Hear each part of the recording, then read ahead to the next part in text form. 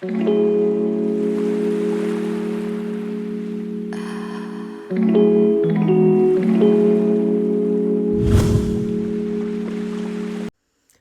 and welcome to the channel again. So today I'm bringing you guys a princess dart tutorial.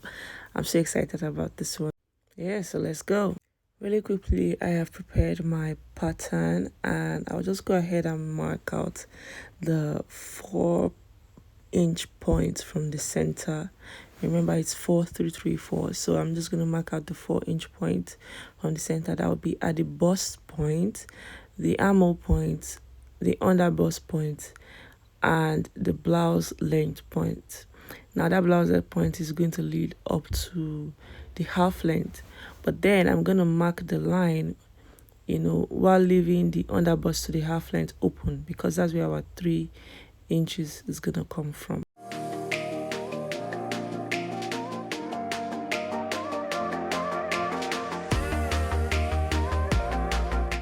Having done that, the next thing is to mark out the 3-inch points at the under bust and the half length. Remember, the first 4 comes from the bust point, the next 3 comes from the under bust, the second 3 comes from the half length, and the last 4 comes at the end of whatever you're doing, whether it's the blouse length or the gown length or your knee length, whatever it is you're doing.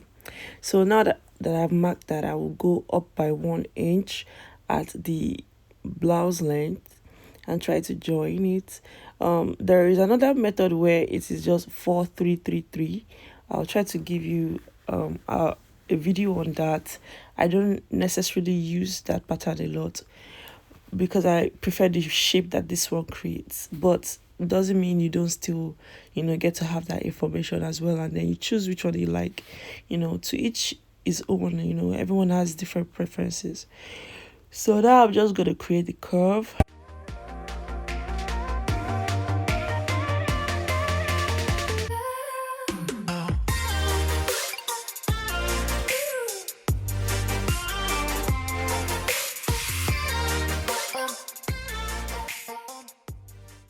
If you notice with the curve, I didn't make it a sharp shape, although the distance doesn't even make it, sharp at the end of the day, but I didn't make it a sharp shape. And if you notice, it kind of came from 1 inch below the bust point. So that's another way you can do it if you're not using a ruler. So the next thing is to measure out the shoulder. I'm doing 7.5 inches to make 15 inches, and then 1.5 inch allowance. Now, because of the design I ended up doing, I trimmed out about 13 to 14 inches instead of 15 inches at the end of the day for my shoulder, because I wanted to make sure that the shoulder sat directly, sat well on my shoulder, and then the puff can really, really, be shown off. So that's another way to take note when you're doing a big sleeve like that. Now, not in all cases, so you have to be very careful. But when it's a puff, you can go less by 1 inch of the shoulder. So now I'm going to go down by 1.5 inches, then start my dart at that 1.5 inch point and go down. So the dart I'll be using, it varies. You can do 1.5 inch dart or you can do a 2-inch dart.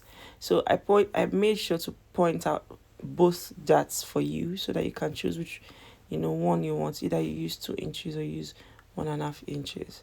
Another way you can do it is to come down by 2 inches, then from 2 inches now create your 1.5 inch dart or your 2-inch dart, depending on what you want really. But I think I prefer this.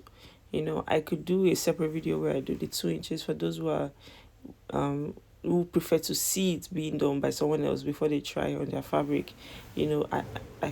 I can be like that sometimes, so of course I can do that. So now to draw out the other one, you have to be very, very careful. Most times I don't really use a pattern. I tend to draw it directly on my fabric. This is a pattern you can do directly on your fabric. So most times I don't even waste a lot of time creating a pattern and then transferring it to my fabric. So I tend to use a lot of chalk, freehand instead of marker and ruler. So now I'm just trying to still recreate the shape, using a marker and ruler. and I had to use both rulers for this. But at the end of the day, I'm able to create the shape that I want. So now I'm just gonna draw out the armhole and the neckline, and then I'll show you what it's looking like.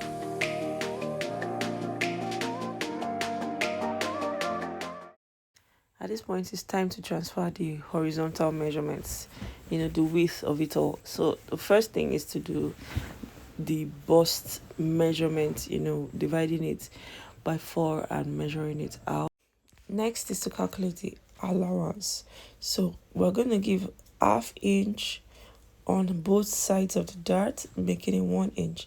Then 1.5 inches extra on the sides. So that will make it a total of 2.5 inches.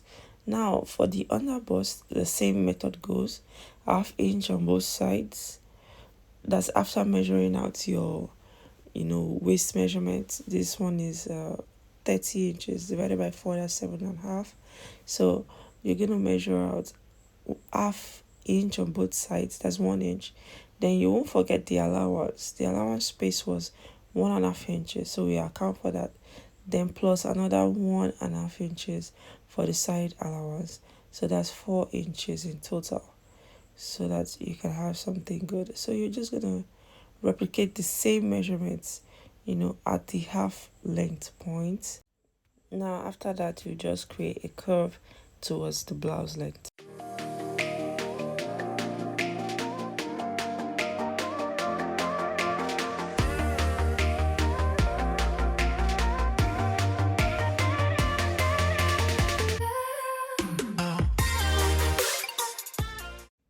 After cutting, this is what it looks like, with the darts looking very nice. So now we're just going to lay over the back.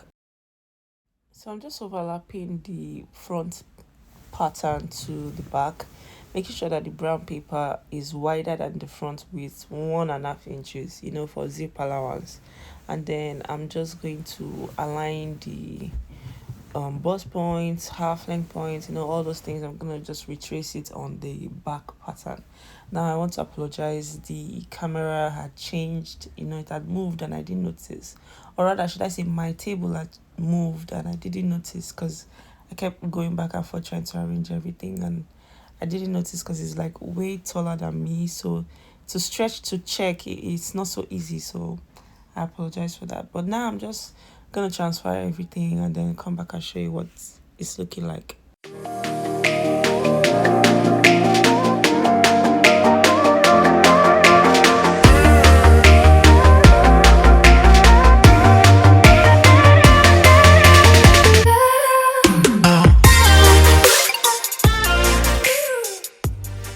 So for the front and the back, the waist area to the neckline, to the shoulder area, are about the same. So the only difference is the neckline area is reduced. Instead of going deep, you just go in as low as like 1.5 inches, from the top of the shoulder, and then just create your curve, like you can see here. So now the only difference is now the dart. Everything else is the same. The only difference is the dart. Now for the dart, it's tricky because all the major difference is that you're not trying to create a pocket for your bust, your bust, because the back is flat, it's straighter. While it has a dip, the dip isn't coming from like the sides of your back. I don't know if you get. It's coming from like the center. So all you just really need to do is to ignore those two curves that we made for the breast pocket, kind of. So if you can see, I'm just trying to fold them up and still create like that curve for the princess, that without adding that curve for the bust. I hope you get me. I'm not going to speed it up so that you can see how I'm cutting it while avoiding that other flap for the bust pocket, so that it will still go and join to the dart, because we still need that cinching at the waist side, but the higher part of the back, we don't really need any curves or anything like that. So I'm gonna just do it the same thing to the other side. The other side even has like a bigger breast shape. So I'm just going to show you the the point that is straight, that it becomes the same, is the under bust. So anything before the under bust to the shoulder, that you don't really, we don't really need it to be the same. So if you can see, I'm just trying to recreate another curve. um Another way you can do this, if you're not so confident in folding and turning it, is to recut everything, like recut the back like as if you're cutting the front. Then when you're done cutting everything, you now trim out the breast pocket area. But I don't know how comfortable you would be with that, but I do that sometimes because I have this like imaginary line that I can see, so I just know where to trim from, you know. So when it's all done, I'll separate it and then you can see the difference. Yeah, so that's literally the only difference, like the main difference, apart from like zip allowance, between the front and the back, princess dart. Of course, when by the time you practice and practice, you really get it. So the only thing now is the zip indentation. I will show you guys later in this video, and then how to join it. You're gonna join it from down to the top, but I have a sew along video that follows this one, so it should be linked at the end of the video, so you can just watch that. So at this point, I just want to quickly plug my YouTube channel and tell you guys, please subscribe if you're not subscribed. And for all of you that have already subscribed, I am so happy and grateful that you guys have chosen to join me, on this journey. And I know that I haven't actually been as consistent with the videos as I should be. I'm still trying to get the hang of making videos and like knowing what to do. But once I do, and I'm able to get it, I would definitely be more consistent with everything. So but for now, thank you so much for being patient with me with the amount of videos I'm able to create for you guys. And thank you for the questions that you guys are sending and leaving. I'm so happy about that. you know so yeah, thank you. So at this point, I'm just gonna start creating the lines so that you can be sure of where I'm doing. So right now, this is the under bust line, and then this is the half length line. And so I'm just creating the lines so that you guys can be sure of what I'm doing. So now I'm just going to create a dip at the under bust and half length point by going in by half an inch. So that dip is half an inch from the under bust and half length point. Then at the blouse length part, I'm going up by 1.5 inches. Now if this is a gown, this is gonna end at the hip point. So if it was a gown, it's just end at the hip point, and then I just create my shape.